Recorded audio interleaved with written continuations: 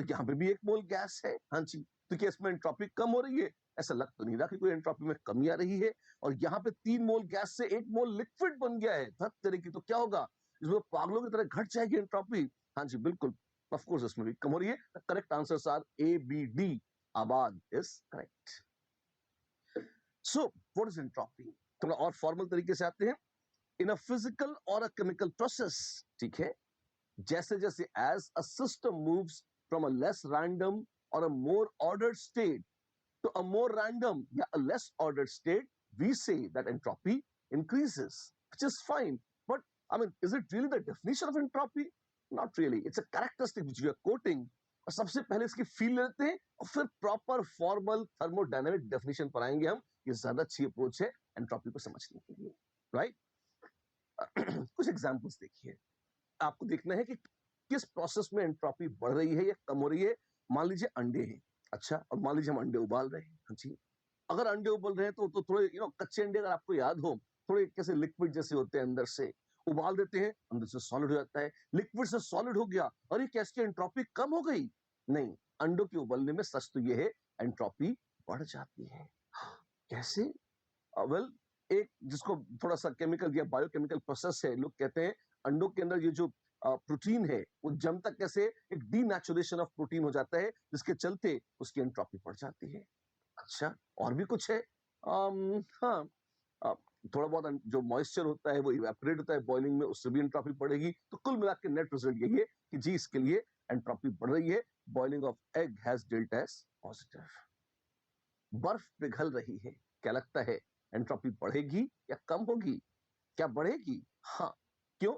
Solid से liquid हमेशा entropy बढ़ती है, लिक्विड से गैस हमेशा एंट्रोपी बढ़ ही जाती है। कोई अपवाद नहीं है, इसका कोई एक्सेप्शन नहीं है। अब आपको एक फील आ गई होगी इसकी। हाँ जी, प्लीज नोट, ऐसे क्वेश्चंस बकायदा एग्जाम में आ जाते हैं, आपको आसान लग भी सकते हैं, पर ये रीजनेबली बढ़िया है और एग्जाम में भी आते हैं। बट तो आसान है, हाँ तो करिए ना। अगला क्वेश्चन आपके लिए है, which of the following shows an increase in entropy? Entropy किस में बढ़ जाती है? Fe plus O2 gives Fe2O3 solid. कैसा है? गैस से बन रहा है solid, delta N gas negative है, एंट्रोपी कम हो जाती है। ये आंसर नहीं है। बर्फ पिघलती है तो क्या एंट्रोपी बढ़ती है? अभी तो बताया था, हाँ बढ़ जाती है। Crystallization of sugar from solution, अच्छा, सॉल्यूशन है, उसमें चीनी है, हाँ जी, और चीनी के क्रिस्टल्स बन रहे हैं, जी हाँ। एक्वस से सॉलिड बन रहा है, जी हाँ। इसमें क्या हो रहा है? क्या एंट्रोपी बढ़ रही है? जी नहीं, कम हो रही है। और वेपराइजेशन ऑफ कैम्फर, कैम्फर उड़ रहा है कोई भी चीज गैस बन रही है, पक्का उसमें एंट्रोपी बढ़ जाती है। Correct answers are B and D. Generally when a liquid solidifies there is a and, अगर कोई लिक्विड ठोस बन जाता है तो क्या होता है? क्या वो एनर्जी रिलीज करता है या एब्जॉर्ब? एब्जॉर्ब करता है तो सॉलिड पिघलता है।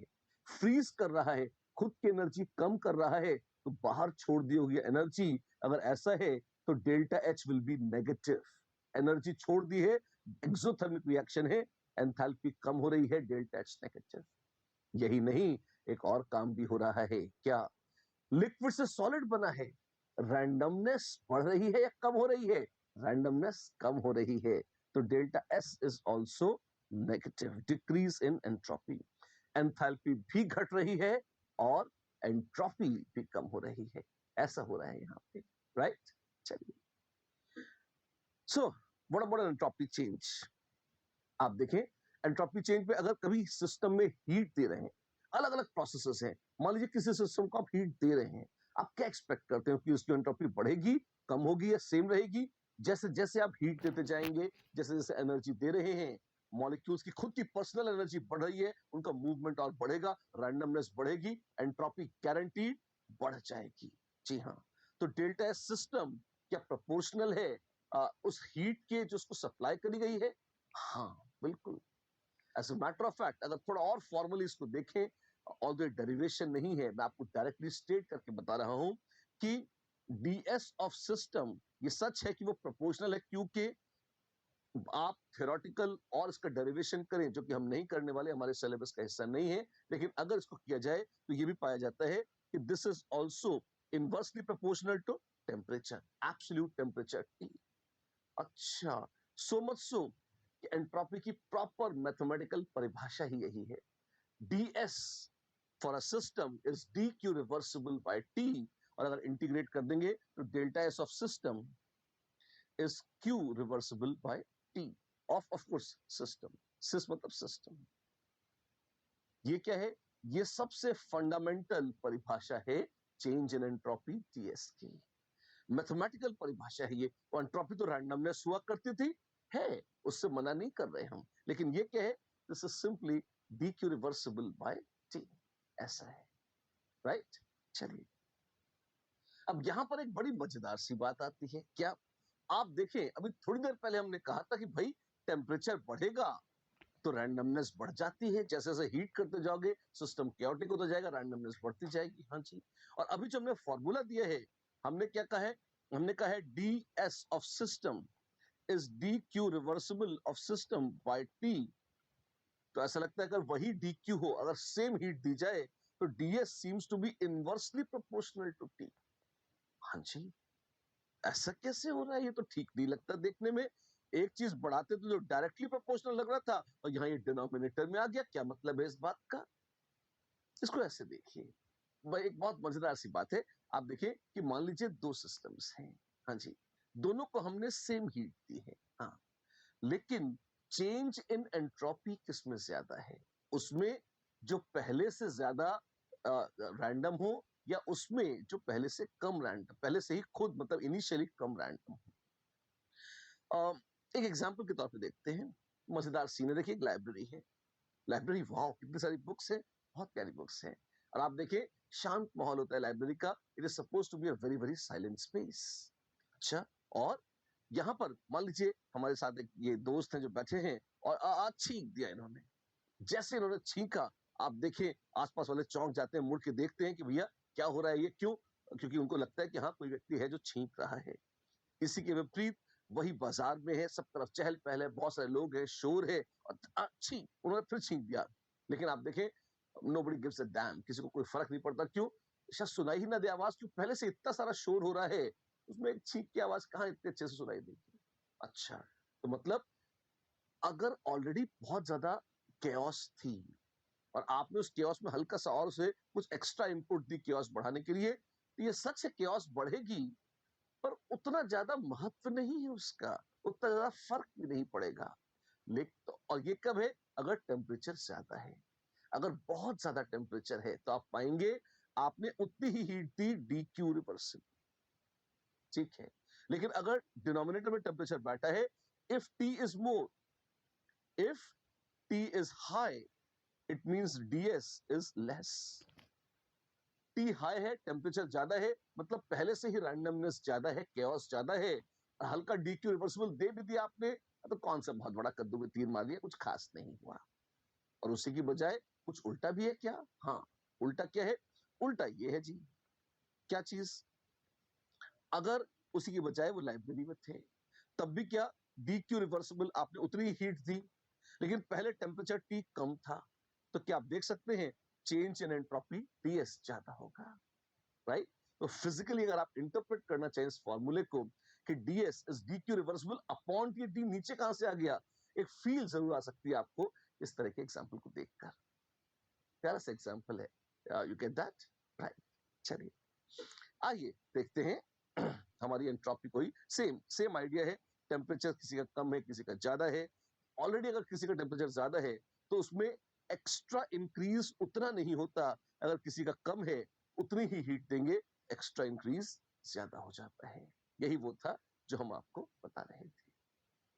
ds is dq reversible by t for any system। Surroundings के लिए भी है, हाँ, ds for surroundings is dq reversible for surroundings upon temperature of surroundings, ऐसे आ जाएगा, ठीक है। डेल्टा एस चाहिए तो इंटीग्रेट कर लो, delta S is Q reversible by T, ये इंटीग्रल के बाहर कैसे आ गया? इफ आइसोथर्मल, अगर टेम्परेचर कांस्टेंट था तो वो बाहर आ जाएगा इंटीग्रल के 1/t integral D Q reversible ऐसे आ जाएगा, which is Q reversible by T if T is constant. T हमेशा कांस्टेंट होता है ना, कभी कभी होता है। कब कब? आइसोथर्मल प्रोसेस में। कोई आइसोथर्मल प्रोसेस याद आती है? हाँ, melting of ice, phase changes are always isothermal in nature, अगर आपको याद हो, इसलिए वही चीज है। एसआई यूनिट्स क्या है? जूल्स पर केल्विन। एसआई यूनिट्स है जूल्स पर kelvin. State of a system, ठीक है। अब मजे की बात है, कुछ लोग कहते हैं कि साहब ये तो क्यू रिवर्सिबल बाय टी था, ठीक है, क्या रिवर्सिबल प्रोसेस वाली क्यू लेंगे तो अगर मान लो प्रोसेस इरिवर्सिबल है तो क्या उसमें कोई डेल्टा एस नहीं होगा? Please remember entropy is a state function. अगर आप स्टेट ए से स्टेट बी पर जा रहे हैं तो आपने एक बार रिवर्सिबल रास्ते से गए और डेल्टा एस नाप ली, हाँ जी। आप किसी भी दूसरे रास्ते से जाएं, ऐसी तैसी डेल्टा एस तो उतनी होगी, कोई नई डेल्टा एस तो होगी नहीं। एग्जैक्टली तो इसलिए हर रास्ते को बदलेंगे, क्यू बदल जाएगी। Q reversible heat supplied or released during a reversible process need not be same as that during irreversible process. लेकिन हो सकता है, बहुत अच्छी बात बोलो, ध्यान से सुनिएगा, हो सकता है ए से बी तक आपके जाने का रास्ता इरिवर्सिबल हो, लेकिन डेल्टा एस उसके लिए भी क्यू रिवर्सिबल बाय टी होगा। इसमें क्यू रिवर्सिबल का मतलब है कि यही स्टेट चेंज अगर रिवर्सिबल प्रोसेस से कराया जाता, कराया नहीं कराया ऐसी तैसी, अगर कराया जाता तो जितना क्यू होता उतना ही है, ठीक है ना? ऐसे अच्छी बात है। तो एंट्रोपी स्टेट फंक्शन है ही सही, तो आप देख सकते हैं कोई भी प्रोसेस हो, इनिशियल फाइनल सेम है तो वो डेल्टा एस सेम है। अच्छी बात है। एक आदर्श गैस, एक आइडियल गैस के लिए एंट्रोपी चेंज क्या होगा, आइए देखते हैं। DS system is D Q reversible by T, ठीक है। तो आइए देखें, थोड़ा बहुत अब क्या जगलिंग है, वैल्यूज की इसको मैनिपुलेशन कर रहे हैं, देखिए आप, मजा आएगा आपको। ये तो परिभाषा थी, टी को इधर ले लीजिए, तो T D S is D Q reversible, और डी क्यू अगर आपको याद है D U minus D W, right? तो आ जाएगा D Q is D U minus D W, fine. D U क्या था? एन सीवी डी टी, ऐसे, और minus D W is minus of P external D V. D W था minus P external D V, minus का minus plus हो गया, तो plus P external DV. अगर रिवर्सिबल प्रोसेस रखता हूं तो पी एक्सटर्नल और पी गैस बराबर हो जाएंगे, तो वो हो जाएगा पीडीवी। कोई एजम्पशन नहीं अब तक? हाँ, कौन सा रिवर्सिबल प्रोसेस है, हमने ये माना है। और वैसे भी क्यों रिवर्सिबल था तो इतने कोई नई चीज नहीं मान ली, पहले से मानते हुए चल रहे थे, ऐसा था, ठीक है। अब एक एक टुकड़ा आगे बढ़ता है, देखिए, तो T DS of a system, this is NCV DT plus PDV था, वो कितना हो गया? एनआरटी अपॉन वी डीवी, ठीक है। और कुछ टी से डिवाइड कर दीजिए, डीएस ऑफ सिस्टम इतना आ जाएगा, और डेल्टा एस मांगता है तो इंटीग्रेट कर दीजिए। कैसे इंटीग्रेट करेंगे? तो आ जाएगा dt बाई टी, और यहां है dv बाई वी, तो ncv ln t2 by t1 plus nr ln v2 by v1, ncv ln t2 by t1 plus nr ln v2 by v1। Done done done done, right? चलिए, so this is the delta S which is derived for a reversible process, but please note it is also valid for any irreversible process. अच्छा, तो ये किसी के लिए भी सच है? जी हाँ, जवाब है ये किसी के लिए भी सच है। This is true for any process in general. एक छोटा सा मॉडिफिकेशन और करते हैं लोग, कैसे? ऐसे कर लेते हैं कि अभी तक जो ये था, ये तो किसके टर्म्स में था? आपके पास है टी टेम्परेचर और वॉल्यूम इनके टर्म्स में था। अगर वॉल्यूम की बजाय प्रेशर के टर्म्स में रखना चाहें तो पीवी बाय एनआरटी से ऐसे कर लेते हैं, और जब इसको सब्स्टिट्यूट करेंगे कैसे? V2 by V1 is P1 by P2 into T2 by T1। हाँ जी, क्या हो जाएगा? आइए देखें, सब्स्टिट्यूट करके देखिए, तीन टर्म्स आएंगे, NCV NR, वाओ, और जोड़ का जाएगा NCV plus R ln T2 by T1 plus NR ln P1 by P2. ठीक है, how much is that? CP minus CV is R. तो वहां से लिखते थे, आ जाएगा delta S system is NCP ln T2 by T1 plus NR ln P1 by P2, और उसी स्पिरिट में रखना है तो लिख सकते हैं minus NR ln P2 by P1. आप देखें दोनों फॉर्मूले में चाहता हूं आप एक बार साथ लिख लें ताकि याद रखने में आसानी हो. यूजफुल फॉर्मूला है, if you remember it will be useful. Delta S for any system is, अगर आप स्टेट 1 से स्टेट 2 में जा रहे हैं, NCV ln T2 by T1 plus NR ln V2 by V1. एक तो ये था, which is also equal to NCP ln T2 by T1, ठीक है, minus NR ln P2 by P1. 2 by 1 ही रखोगे तो इजी रहेगा, प्रेशर के साथ माइनस लग जाएगा और वॉल्यूम के साथ प्लस. बस this is how you can calculate delta S for any system comprising of an ideal gas if the temperature is changed from if it goes from P1 V1 T1 to P2 V2 T2. That's it. Right? ध्यान कर लो इसे. अच्छा expression है. Delta S system तो निकाल लिया, एक नया शगल है. कई बार लोग डेल्टा एस सराउंडिंग्स निकालना चाहते हैं. क्यों? अरे जरूरत पड़ती है डेल्टा एस सराउंडिंग्स की, क्योंकि हमें तो यूनिवर्स का ठेका लेके चलना है. हम तो पूरा डेल्टा एस यूनिवर्स की बात करते हैं. अच्छा, तो सराउंडिंग्स की भी निकालते हैं. कैसे? बहुत ही आसान है. डी एस क्या था? D Q reversible by T. तो D S for surroundings will be D Q reversible of surroundings by T. ठीक है. अगर सराउंडिंग्स का टेम्परेचर कांस्टेंट है तो उसको भी बाहर निकाल लीजिए, तो आ जाएगा क्यू सराउंडिंग्स बाय टी. मान लिया, ठीक है. बट प्लीज नोट, ये टी कौन सा है? This is T for surroundings. Temperature ये सराउंडिंग्स का है, इसे सिस्टम का मत मान लेना. ठीक है ना. And if you are calculating delta surroundings, एक छोटी सी हिंट और है. कई बार लोग फर्स्ट लॉ लगा देते हैं और कह देते हैं कि भाई सिस्टम ने जितनी हीट ली, सराउंडिंग्स ने इतनी हीट दी, यानी कि Q surroundings is simply minus of Q system. If Q surroundings is minus of Q system, delta surrounding is minus Q systems by T. That's it. Beautiful, absolutely beautiful. एक question जैसी बात पे चलिए. The entropy change joules per Kelvin involved in the isothermal reversible expansion of 2 moles of an ideal gas from a volume of 10 liter to a volume of 100 liters at 27 degrees Celsius is. Delta S पूछा है. Isothermal है तो T1 बराबर T2 है, और लेकिन delta S क्या था? वो था NR ln V2 by V1 plus NCV ln T2 by T1. T1 T2 तो सेम हो गए, तो ये तो जीरो हो गया. कैसे कैसे? T2 by T1 1 है, ln 1 is 0, तो ये जीरो हो गया. 2 moles of ideal gas ln V2, कितना है V2 भैया? 100 litre by 10 litre. Decimetre cube होता है लीटर. R की वैल्यू कितनी है?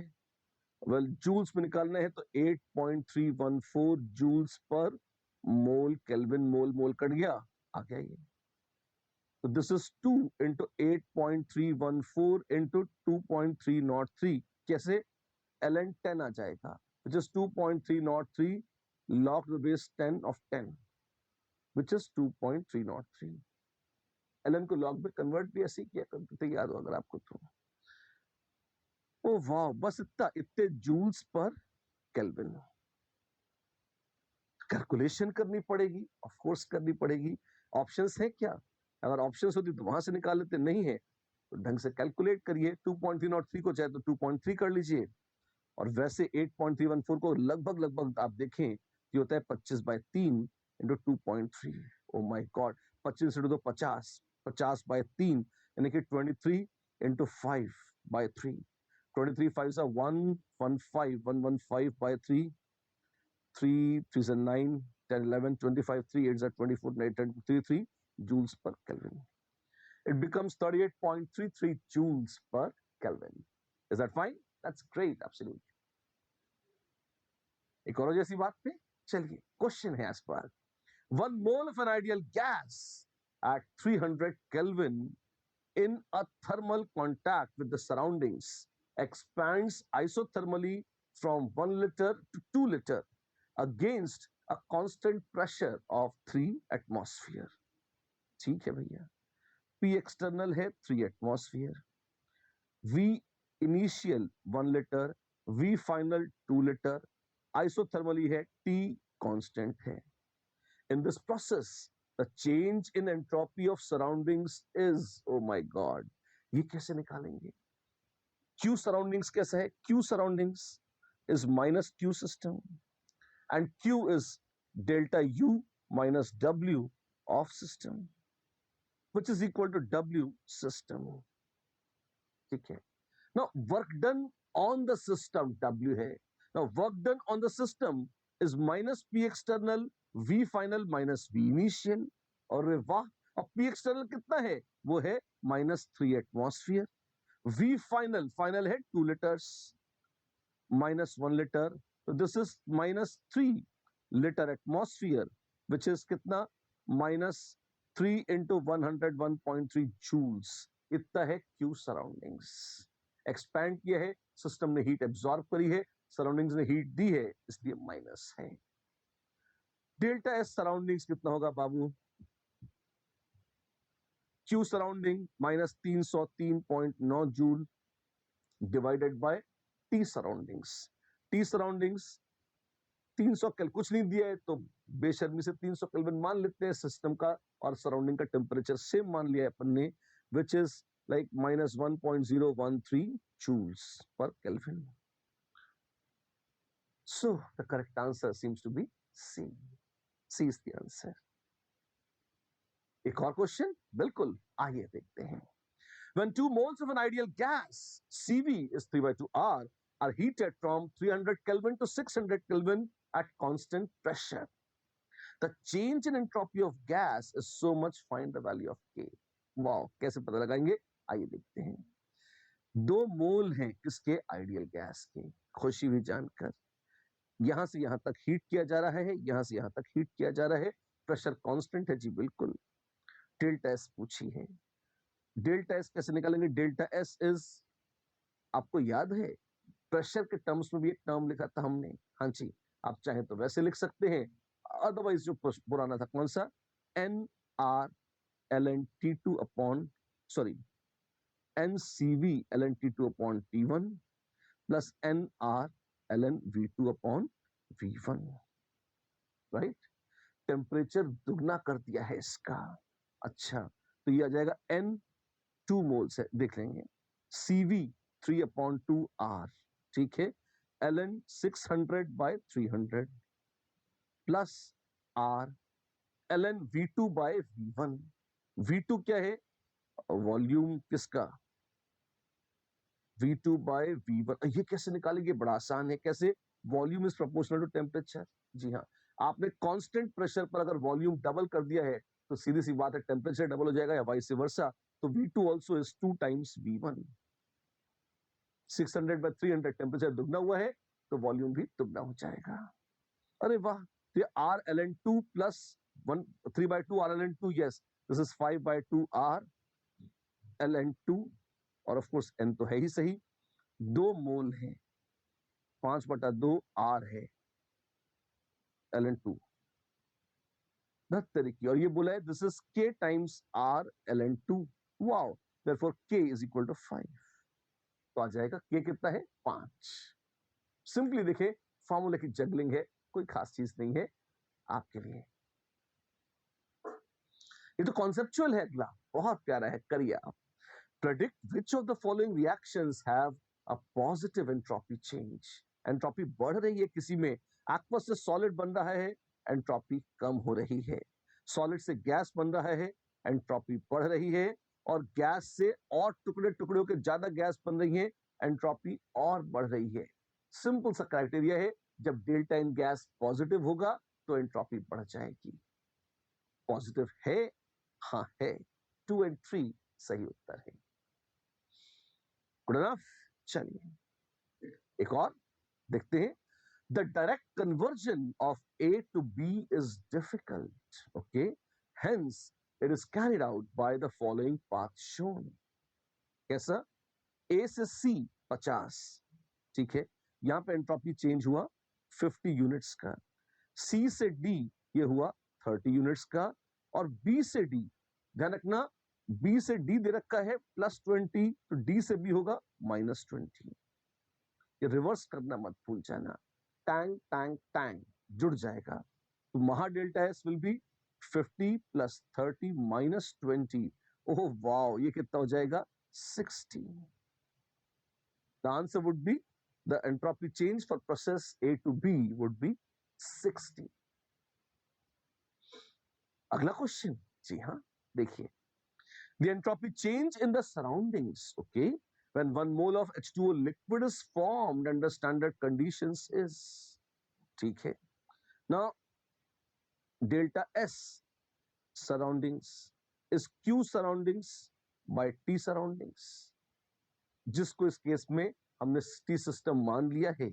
अच्छा, और वो कितना हो जाएगा, which is delta H of surroundings, sorry, this is minus of Q system by T, which is minus of delta H system by T, और ये कितना है, ये बोला है -286 minus of -286 kilojoules per mole into 1 mole। इतनी heat एक मोल liquid था, ठीक है, वो बना है, इतनी हीट हुई है रिलीज, फाइन। तो सिस्टम ने इतनी रिलीज करी, सराउंडिंग्स ने इतनी एब्जॉर्ब कर ली, सराउंडिंग्स का पॉजिटिव आ रहा है। टेम्परेचर बेचारे का है 298 केल्विन, जी हाँ, कितना आ जाएगा, ये आ जाएगा 286 अपॉन 298 इंटू 10⁻³ जूल्स पर केल्विन, ये आ जाएगा। और कैलकुलेशन करना है, वैल्यूज दे रखी हैं, ऑप्शन तो नहीं है, तो ये कैलकुलेशन करके दिखा देते हैं आपको कैसी है, क्योंकि कैलकुलेशन फिर अपेक्षित भी होगी, एक्सपेक्टेड होगी, करनी है अपने को। ये 298 - 12 कर लें अपॉन 298 इंटू 1000 जूल्स पर kelvin. 298 by 298 is 1 minus 12 upon 298 into 1000. Now 12 upon 298, 298 लगभग 300 है, तो 12 upon 300, क्योंकि 298 एक गंदी संख्या है, कैसे हैंडल करेंगे, ये 3 से डिवाइड हो जाएगी, 6 से भी चली जाएगी, 6 2 12, 6 5 30। अरे वाह, ये तो 1/25 यानी 0.04 है, जय हो। तो 1 minus 0.04 है इंटू 1000, लगभग, ठीक है। तो ये कितना आ गया, ये आ गया 1000 - 40 यानी 960, लगभग 960 जूल्स पर kelvin. This is the entropy change for surroundings with calculations, of course, right. Entropy की इतनी बातें कर ली हैं, तो आइए अब बात करते हैं एंट्रोपी के कैलकुलेशंस की। अलग अलग प्रोसेसेस, अलग अलग सिचुएशंस और अलग अलग कंडीशंस में कैलकुलेशंस कैसे करी जाती हैं, आइए देखते हैं। Entropy change for solids and liquids, अगर सॉलिड्स और लिक्विड्स हैं, उनके लिए किसी प्रोसेस में एंट्रोपी कैसे चेंज होगी। वेल, अगर आप उन्हें गर्म कर रहे हैं, या कोई भी प्रोसेस है, गर्म कर रहे हैं, ठंडा कर रहे हैं, कुछ भी हो रहा है, आप देखें डेल्टा सिस्टम तो बहुत सिंपल था, integral dq reversible by t, and dq reversible, dq is du minus dw, that divided by t, ठीक है। अब du को अगर आप आगे देखें, तो du क्या है, du है NC/dt। सॉलिड से लिक्विड्स के लिए Cp और Cv अलग तो नहीं होते, लगभग एक जैसे होते हैं, और जो होती है वो मोलर हीट कैपेसिटी Cm होती है, तो NCm यानी कि molar dt, work done on the system कितना है, -P एक्सटर्नल Tv, ठीक है। अब इसी को आगे बढ़ाएं, आप देखें डेल्टा एस सिस्टम कितना हो जाएगा। अब आप इसको यहां से देखिए, PdV, नॉट dV है change in volume. Condensed faces के लिए, सॉलिड्स या लिक्विड्स के लिए आप देखेंगे कि आप सॉलिड्स को, लिक्विड्स को बहुत कंप्रेस कर सकते हो, लोहे का टुकड़ा लो और प्रेशर लगाओ, कंप्रेस होकर छोटा हो जाएगा ना। अरे पानी ले लो और उस पर प्रेशर लगाकर उसको सिकोड़ सकते हो, नहीं होता ऐसा। क्यों, लिक्विड्स और सॉलिड्स की कंप्रेसिबिलिटी बहुत बहुत बहुत पुअर होती है, मतलब it is very difficult to compress them, उनमें change in volume dV negligible होता है, बहुत ज्यादा नहीं होता। अगर ये नेग्लिजिबल है, इसको हम नेग्लेक्ट कर सकते हैं, हाँ जी, फिर तो यही बच गया, कौन सा, integral NC/dt by t, NC बाहर आ जाएगा, NC ln T2 by T1। तो डेल्टा एस फॉर सिस्टम हो जाएगा n c, और n इंटू सी को m इंटू एस भी कर सकते हैं, mass into specific heat, ln T2 by T1। ये एक्सप्रेशन है किसके लिए? अगर किसी सॉलिड या लिक्विड को गर्म कर रहे हैं उसके लिए, और गर्म ठंडा प्रेशर वैशर चेंज करें तो कोई फर्क ही नहीं पड़ता, एंट्रोपी पोरोसिटी और टेम्परेचर का फर्क पड़ता है। कितना पड़ता है? ऐसे पड़ता है। ठीक है, एक एग्जांपल देखिए। बिल्कुल, अब एक एप्लीकेशन रहता है। एक कॉपर का ब्लॉक है, ठीक है, खुला रखा है, फाइन, खुला रखा है मतलब प्रेशर कांस्टेंट है, गर्म कर रखा है आपने और टेम्परेचर है उसका T1, ठीक, सराउंडिंग्स का टेम्परेचर है T2, बिल्कुल, और अगर वो गर्म है यानी कि T1 अगर T2 से ज्यादा है तो धीरे धीरे धीरे धीरे वो हीट रेडिएट करता रहेगा और उससे हीट निकलती रहेगी। ठीक है, उससे क्या होगा? धीरे धीरे ठंडा होता जाएगा, सिस्टम एनर्जी लूज करेगा और सराउंडिंग्स एनर्जी गेन करेंगी। बिल्कुल फाइन। तो डेल्टा एस सिस्टम कैसा होगा? Integral NC D T by T, which is, आपको पता है, एम एस टी टी, जैसे हमने कहा था, which is M S L N T two by T one. ये क्या है? ये एंट्रोपी चेंज है कॉपर ब्लॉक के लिए। Fine. What about surroundings? Surroundings का क्या होगा? अगर हम चाहें तो हम कह सकते हैं सराउंडिंग्स का delta S of surroundings is Q surroundings by T surroundings. ठीक है, सराउंडिंग्स का टेम्परेचर है T2, तो T2 लिख दिया। Q surroundings is minus Q of system, right, and Q of system कितना होता है? Q is M S delta T, तो यह आ जाएगा this is minus m into S into delta T of system. System का डेल्टा टी पहले T1 था और अंततः ठंडा होते होते T2 बन जाएगा, तो T2 minus T1, T2 minus T1, ऐसा आ जाए। ओ वाह, तो ठीक है, ये कितना आ जाएगा? आइए देखते हैं। Delta S surroundings is m into s into T1 minus T2 या whatever that comes out to be।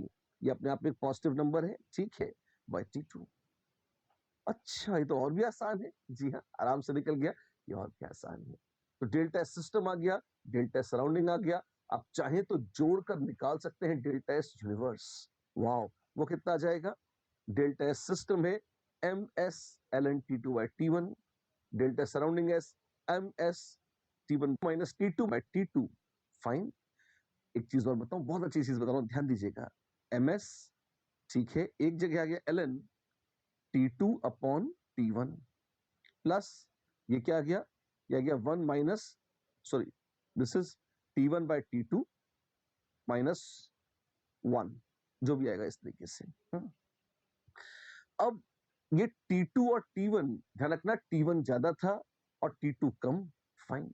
तो क्या मैं कह सकता हूं कि T1 में कुछ चेंज होकर फिर T2 आया है? हाँ जी। ऐसा क्यों बोल रहे हो?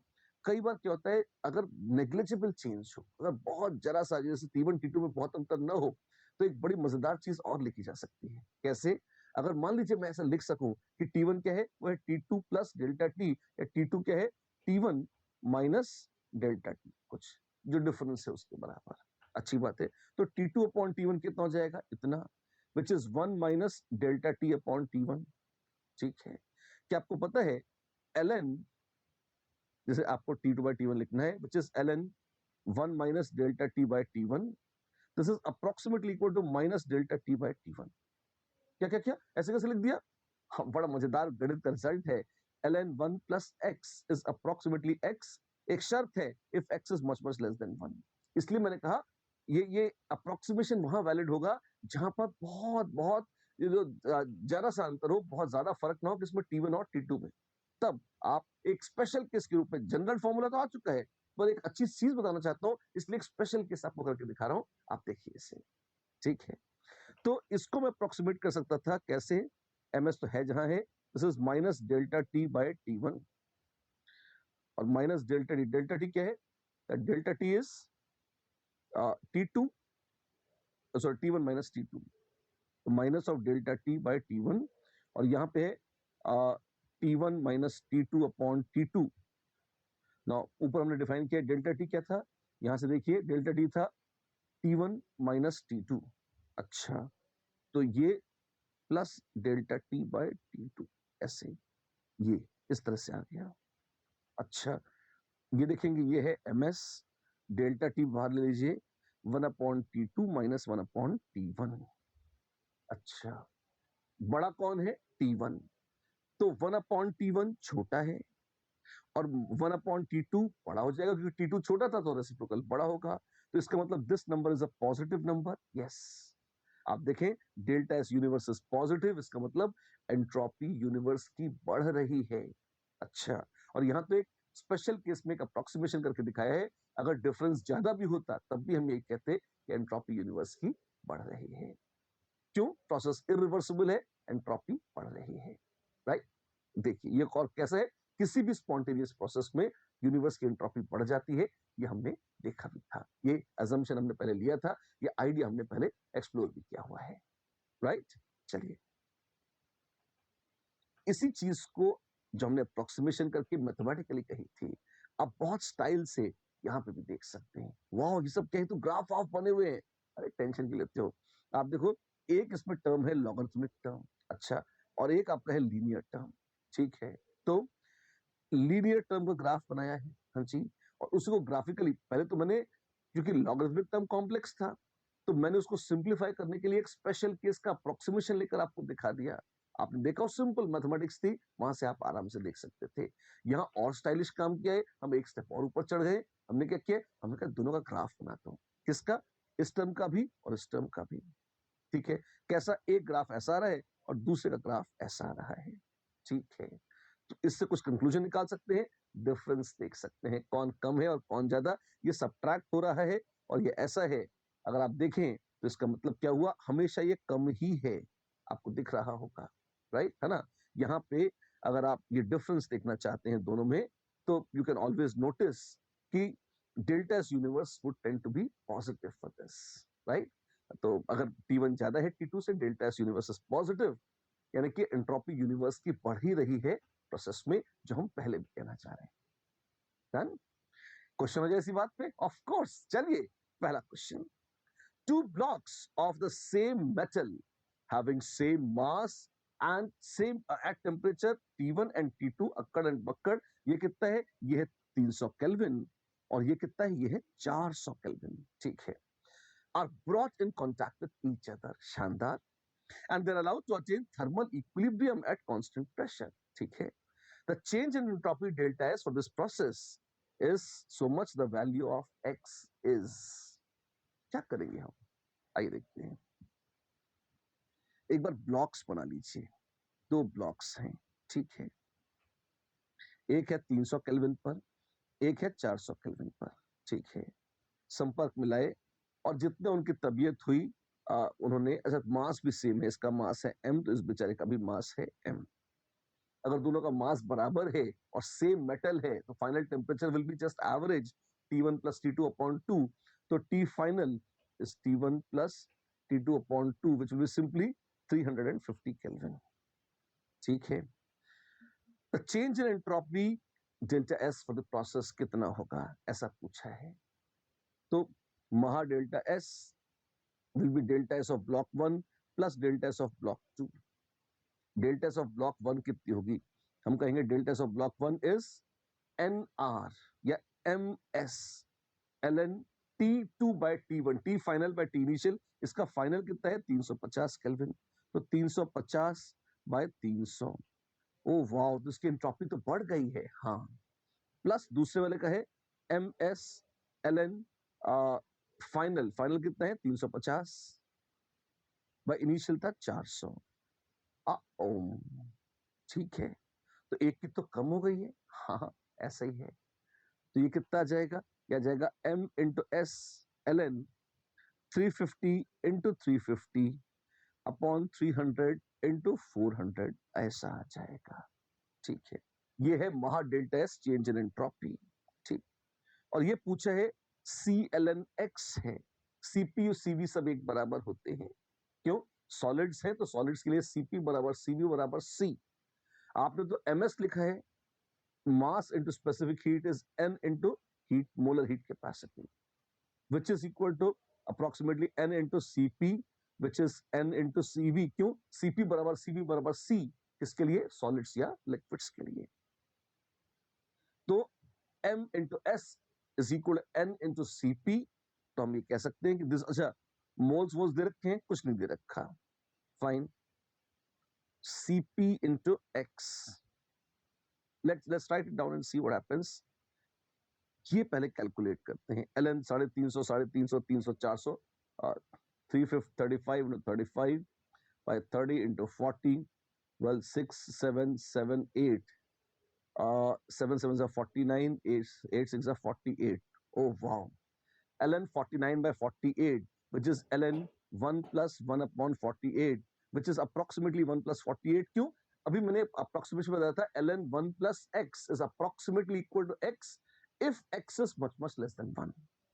wow, तो ये पॉजिटिव है जी हाँ, और ये लगभग 1 by 48 है जी हाँ, ग्रेट, तो आ जाएगा ms into 1 by 48, ये लगभग आ जाएगा, ठीक है। अच्छा, इसकी भी जरूरत नहीं, इतना दिमाग नहीं लगाना है, क्षमा चाहता हूं, क्या वैल्यू ऑफ, ये तो cp ln x बस इतने में जी लेंगे हम, तो ये हो जाएगा cp, क्यों?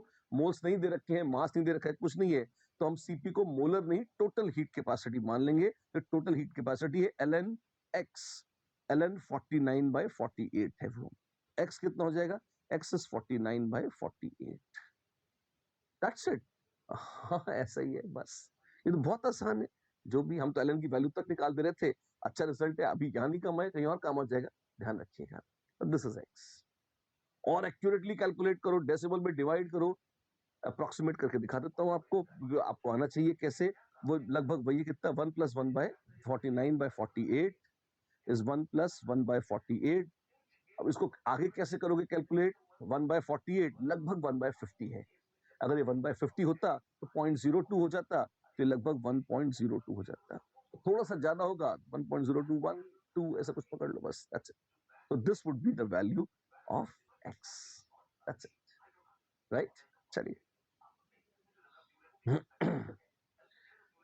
ये तो थे मेटल्स की, सॉलिड्स की, लिक्विड्स की चर्चा। अगर आइसोथर्मल प्रोसेस है, उसका एक केस देखते हैं, उसमें delta S system, delta S surrounding और डेल्टा एस यूनिवर्स कैसे निकाला जाएगा, आइए देखिए मेरे साथ।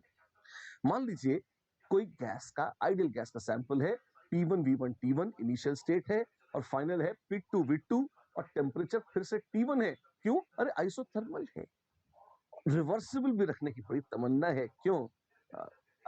है रिवर्सिबल भी अलग से देख लेंगे, पहले रिवर्सिबल देखिए, ठीक है। डेल्टा एस कैसे कैलकुलेट करोगे, देखते हैं। डेल्टा एस सिस्टम क्या था, आइडियल गैस है, तो NCV ln T2 by T1 plus NR ln V2 by V1, ठीक है। कुछ पता है हमें, T2 by T1 तो सेम है, हाँ, तो ये तो जीरो हो जाएगा इसका लॉग, बिल्कुल, खाली इतना बचेगा, जय हो, बस, ये तो आसान है, मैंने कब कहा मुश्किल है ना, आ जाएगा delta system is NR ln V2 by V1 या V final by V initial.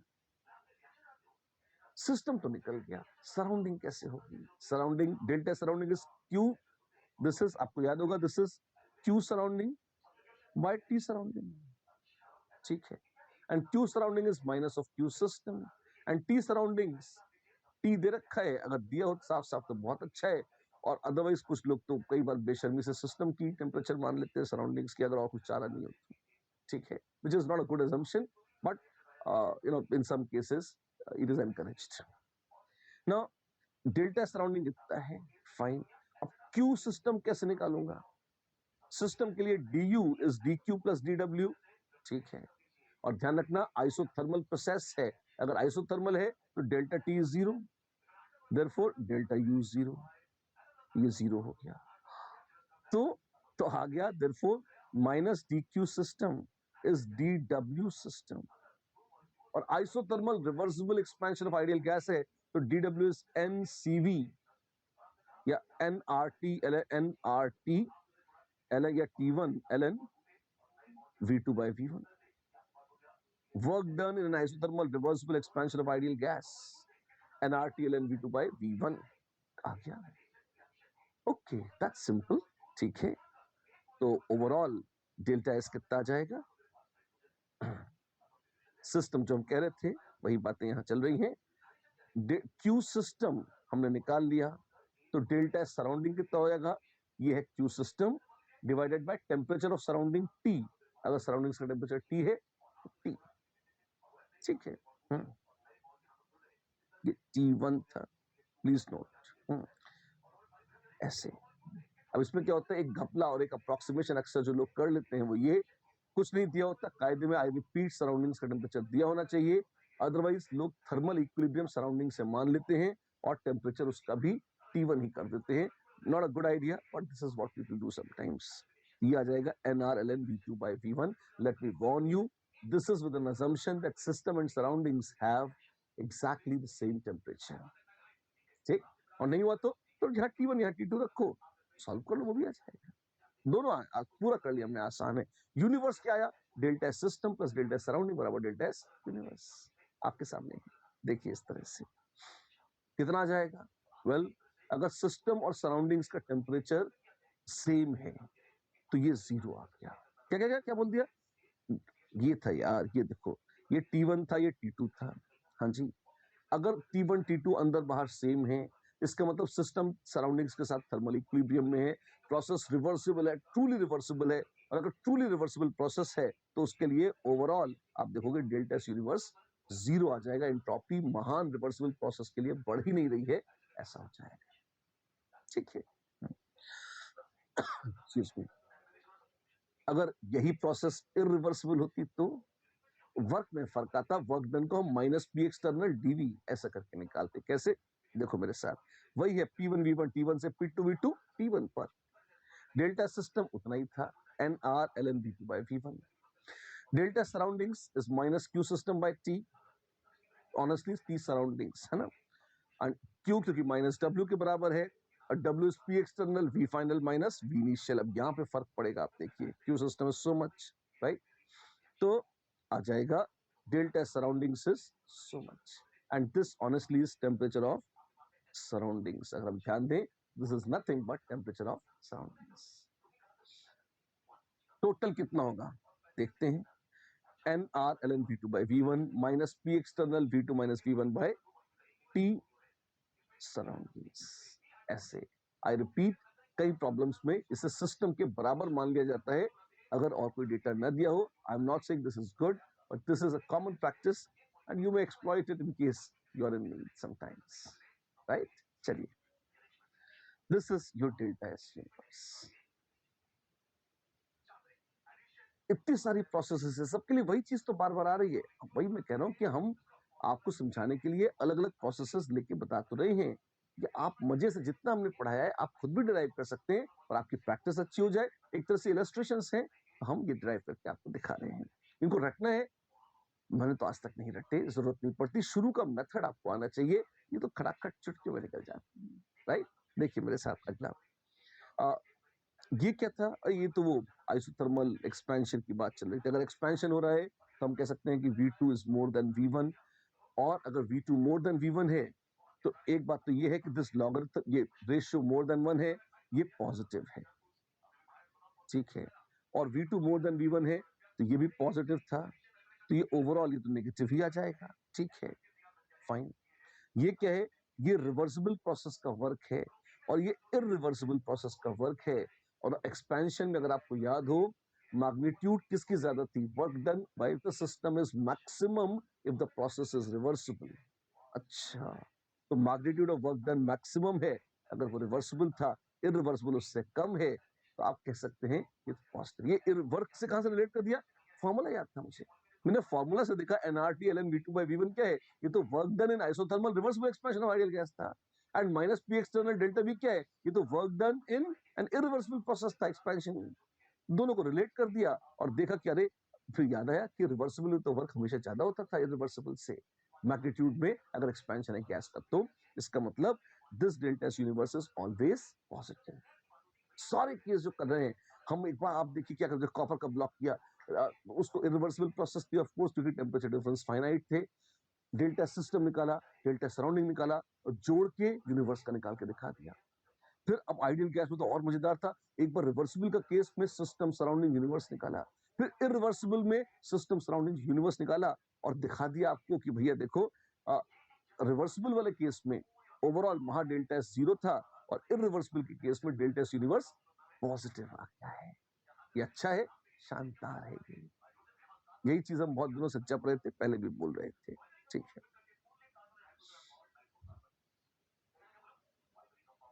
अगर कंप्रेशन हो तो कुछ भी कर लो। कंप्रेशन देखते हैं, कंप्रेशन है तो V2 is less than V1, therefore V2 minus V1 is negative. ये नेगेटिव है और ये नेगेटिव है, तो ओवरऑल मिलके ये क्या है, ये पॉजिटिव है। ठीक है, और ये नेगेटिव है, या V2 by V1 less than 1, तो उसका लॉगरिथम कैसा हो जाएगा, नेगेटिव हो जाएगा। ठीक है, नेगेटिव के नेगेटिव का नेगेटिव नेगेटिव ही रहेगा। फाइन, ये क्या है, ये कंप्रेशन में इरिवर्सिबल वर्क था और ये रिवर्सिबल वर्क था। और अगर आपको याद हो, कंप्रेशन के केस में minimum work is done on the system in an reversible process. तो ये मैग्नीट्यूड सबसे कम होगी जो नेगेटिव है, और जो पॉजिटिव है वो ज्यादा होगी, तो ओवरऑल मोर देन जीरो है। यस, एंट्रोपी ऑफ यूनिवर्स आप देखो, कुछ भी करो, एक्सपेंशन कराओ तब भी एंट्रोपी बढ़ रही है, पटाख कंप्रेशन करा दिया तब भी एंट्रोपी बढ़ रही है। ये तो चमत्कार है, शानदार है। किसी भी प्रोसेस में कुछ भी कर लो, अगर प्रोसेस इरिवर्सिबल है, एंट्रोपी तो बढ़ ही जाएगी। हमने कैलकुलेट करके भी देख लिया, आप देखिए। ठीक है, एडियाबैटिक में क्या होगा, एडियाबैटिक देख लो, वो भी दो तरह की है, रिवर्सिबल और इरिवर्सिबल। उसमें क्या करेंगे, देखो P1 V1 T1 से बन रहा है P2 V2 T2। ठीक है, डेल्टा क्या है, NCV ln T2 by T1 plus NR ln V2 by V1। ठीक है, और रिवर्सिबल प्रोसेस में तो हमें रिलेशन भी याद है, PV raise to gamma constant या TV raise to gamma -1 constant बोलते थे। हाँ जी, तो TV raise to gamma -1 constant है, तो T2 upon T1 is V1 upon V2 to the power gamma दी पहलवान -1। ठीक है, इसको क्या करेंगे, उधर सब्स्टिट्यूट कर दो, तो डेल्टा सिस्टम कितना आएगा, NCV, ये तो सब पुराना है, ये नया है, ln T2 by T1 को यहां रख दिया है, कैसे, V1 by V2, पावर शानदार। ठीक, क्या करें, गामा -1 क्या है, हम लोग गामा CP by CV था। ठीक है, तो इस तरह से हम चाहें थोड़ा मैनिपुलेशन कर सकते हैं और आ जाएगा। एक बार इसको सिस्टम को सॉल्व करके देखिए, तो क्या आ जाएगा आपके पास, यहाँ पे ये गामा -1 यहाँ बाहर आ गया लॉग के, तो NCV gamma -1 ln V1 by V2 ऐसा आ गया, ये देखिए। और CP by CV था गामा। ठीक है, तो गामा -1 है, CP by CV -1, which is CP minus CV upon CV, which is R upon CV। ठीक है, तो मैं कह सकता हूं therefore गामा -1 into CV बराबर R। ठीक है, और इसी को मैं यहां रख सकता हूं, गामा -1 into CV बराबर R, तो NR ln V1 by V2। वाह, NR ln V2 by V1। अच्छा, और दूसरा NR ln V1 by V2। एक V1 by V2, दूसरा V2 by V1, एक थराचा एक तिरानी, दोनों मर गए, खत्म कहानी। आप देखें, डेल्टा एस सिस्टम जीरो हो जाए, तो एंट्रोपी चेंज ही नहीं हुई है। जी हाँ, reversible adiabatic processes are isentropic. What, isentropic, उनकी एंट्रोपी कांस्टेंट है, परिवर्तित नहीं हो रही है। आप देखिए, डेल्टा एस क्या था, DS system is DQ reversible by T, और DQ रिवर्सिबल जीरो है एडियाबैटिक में, तो DS सिस्टम इज जीरो, और तो delta system also zero in a reversible adiabatic process. वाह, शानदार है ये, बिल्कुल। सिस्टम तो आ गया बाबू, सराउंडिंग का क्या होगा, डेल्टा सराउंडिंग क्या होगा, this is Q surrounding by T surrounding, which is minus Q system by T surrounding, which is zero। क्यों, Q system zero, सब zero, दस तरह की, तो delta surrounding zero, delta universe वो भी जीरो, ये जीरो वो जीरो, सब जीरो। जय श्री राम, ये ऐसे आ जाएगा, राइट। तो this is what you get.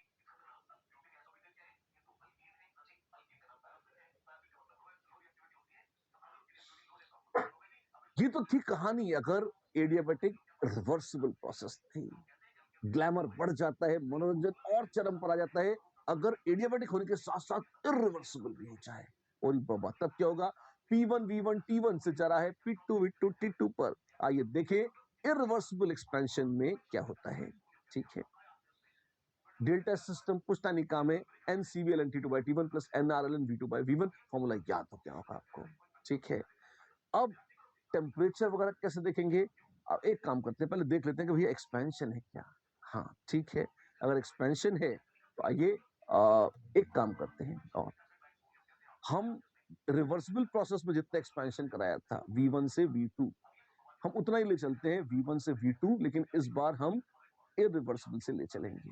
ठीक है, तो जो रिवर्सिबल इरिवर्सिबल सब बराबर बराबर अपन कराए ताकि हम रिवर्सिबल इरिवर्सिबल की तुलना कर सकें।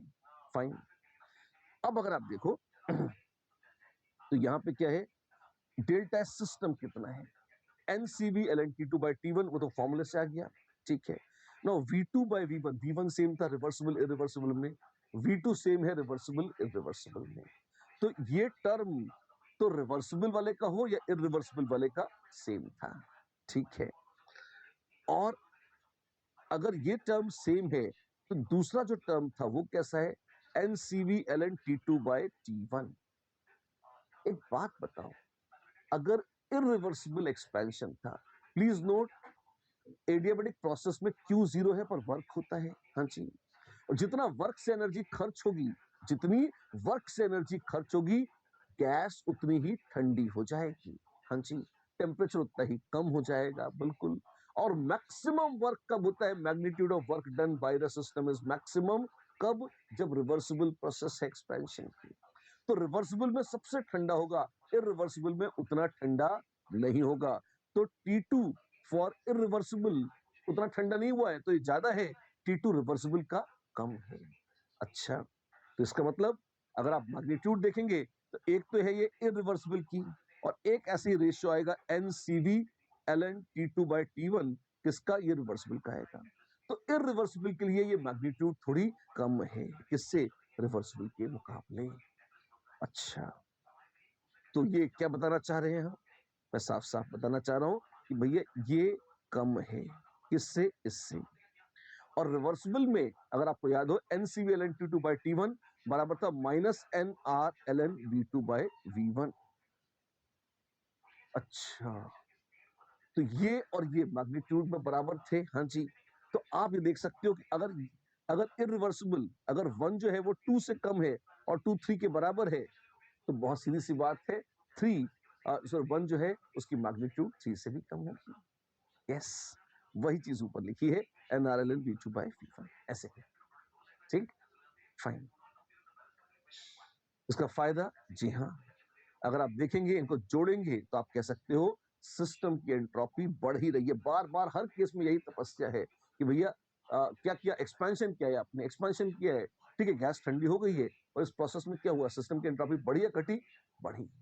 क्यों, और सराउंडिंग्स क्या है, Q surrounding by T surrounding, Q surrounding is 0, तो delta surrounding 0, and delta universe is delta system plus surrounding. Surrounding 0 था, सिस्टम पॉजिटिव है, तो डेल्टा यूनिवर्स पॉजिटिव। डेरिवेशन मुश्किल नहीं है, पर हर डेरिवेशन में, हर केस में बार बार लगातार हम एक ही चीज पर मुड़ मुड़ करा रहे हैं, एक चीज प्रूव कर रहे हैं, सिद्ध कर रहे हैं कि भैया डेल्टा यूनिवर्स कैसा है, पॉजिटिव है। ये जरूर देखने लायक बात है, इसका महत्व है। हाँ, इसका महत्व तो है, कैसे देखेंगे हम शॉर्टली। एक बार एडियाबैटिक एक्सपेंशन देखा था, एक बार कंप्रेशन और देख लो।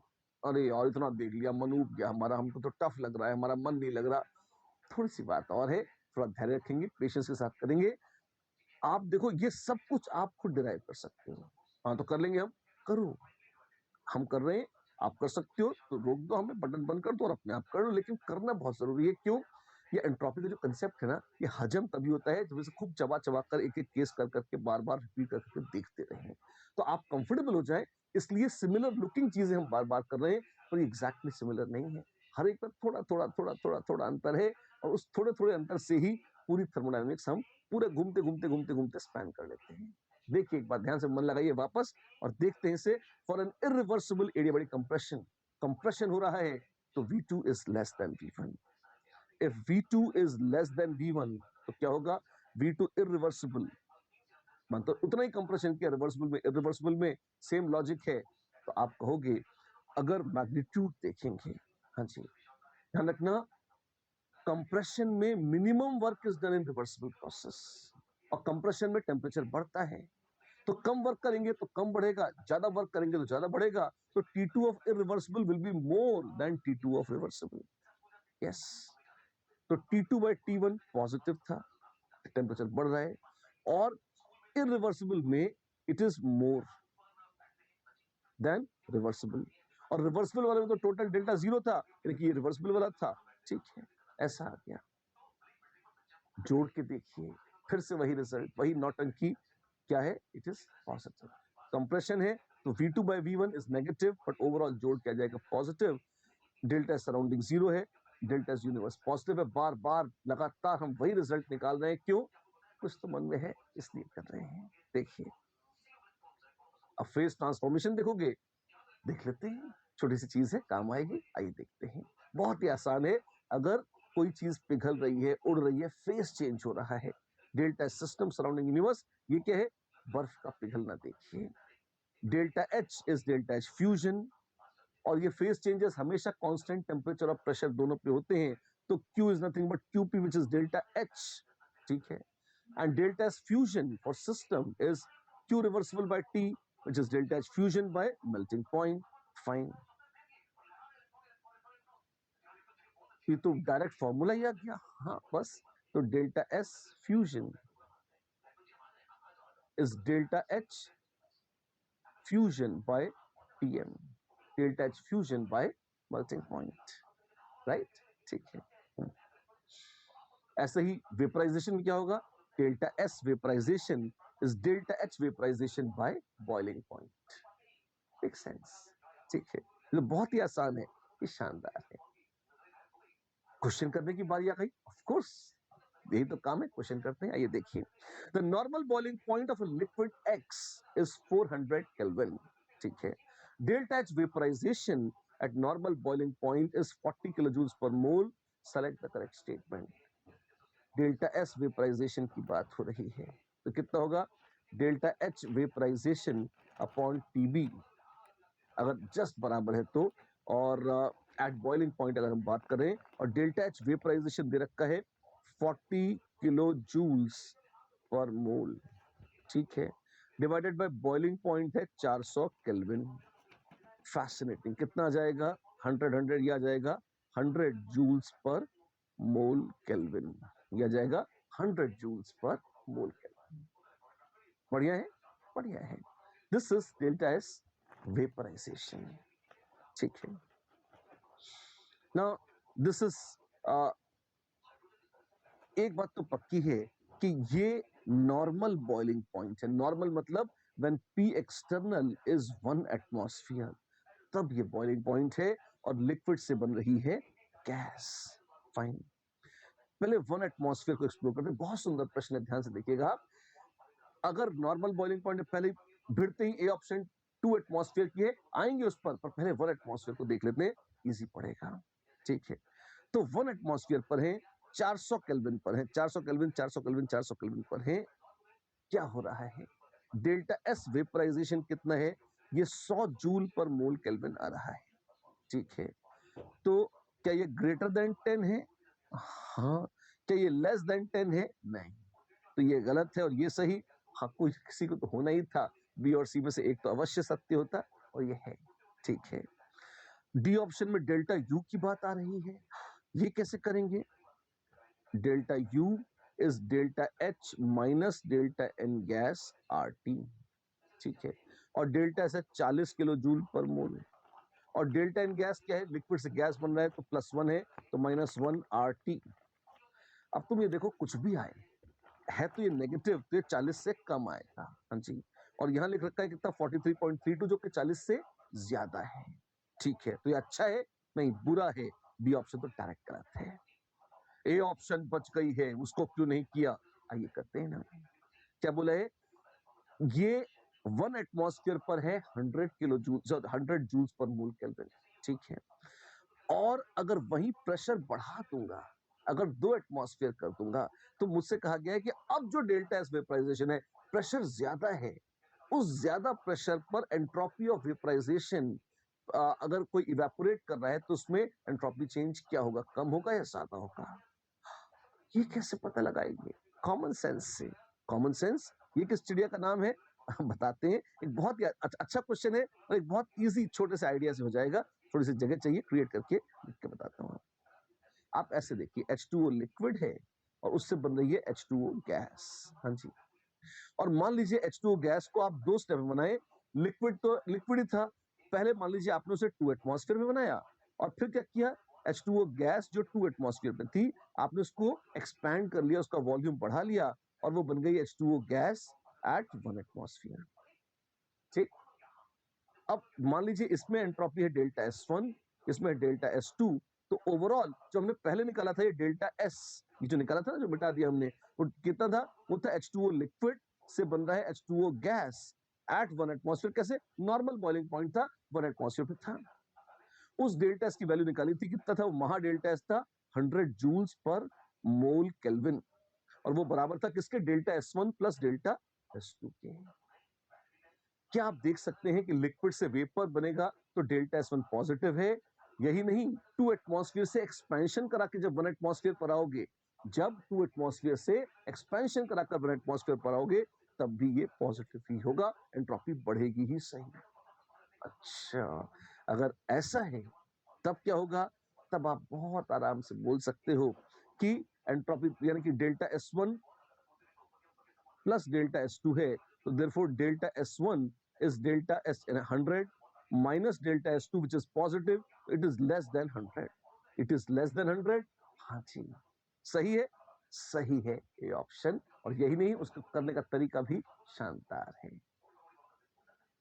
तो बच्चा लोग, इतनी सारी बातें हमने आज करी, बहुत मजेदार बातें करी। थोड़ा सा हैवी हो गया था आज का लेक्चर, क्यों? बहुत सारे मैथमेटिकल डेरिवेशन एक के बाद एक आते गए, लेकिन इनकी बड़ी यूटिलिटी है। एक बार तसल्ली से आपको आज की पूरी क्लास के नोट्स रिवाइज करने होंगे। जितने डेरिवेशंस करे हैं हमने एंट्रोपी के, सारे उसके फंडामेंटल फार्मूला पे बेस्ड है, सब बहुत सिंपल है, सारे आपको रिपीट करने होंगे। मतलब इनको लर्न करना है, रटना नहीं है, खुद डिराइव करके देखना है, एज अ क्वेश्चन मानते हुए उनको करें कि क्या आप उसे कर पा रहे हैं। Why? They are very simple, but they're beautiful and they're very, very useful. You have to mug up nothing, but you have to be very conversant. आपको देखना पड़ेगा कि अगर ये डेरिवेशन कहीं आपको एग्जाम में करने की जरूरत पड़े, चुटकियों में 10-15 सेकंड 20 सेकंड में हो जाए, घंटों न लग जाए आपको करते हैं, राइट? इसीलिए ये डेरिवेशंस रिवर्क करेंगे, इंपॉर्टेंट डेफिनेशन और रिजल्ट्स लर्न करेंगे, असाइनमेंट्स पूरे करेंगे, और इस तैयारी के साथ सेकंड लॉ की विजय यात्रा पर अगले सेशन की ओर हम बढ़ेंगे अगली बार। तब तक के लिए करिए इंतजार। नमस्कार।